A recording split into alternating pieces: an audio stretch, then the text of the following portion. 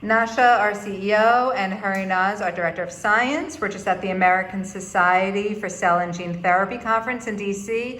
What are your takeaways? What did you learn about? Where is gene therapy today?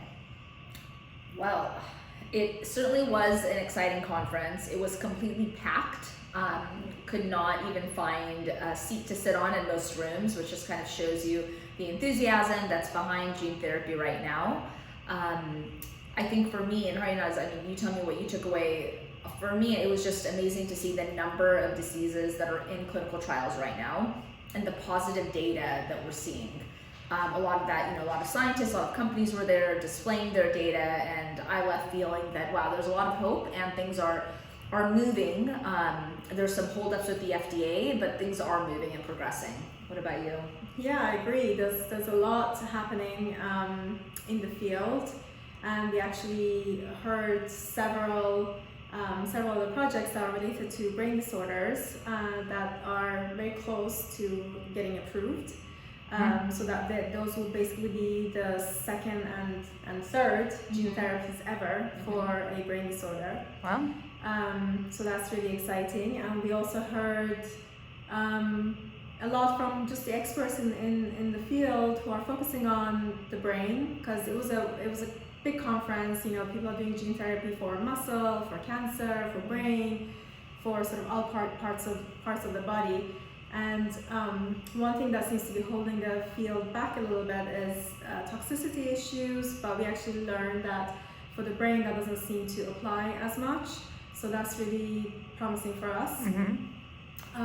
So yeah, I was encouraged by that. Yeah. And then the conference was, we had a keynote speaker, Francis Collins, that Very inspiring. he was very great. He was a great motivational speaker, and he seems to think that the field is going really well, is moving really fast, and he also encouraged everyone to start looking at other technologies such as base editing, which is something that is really relevant for FOXG1.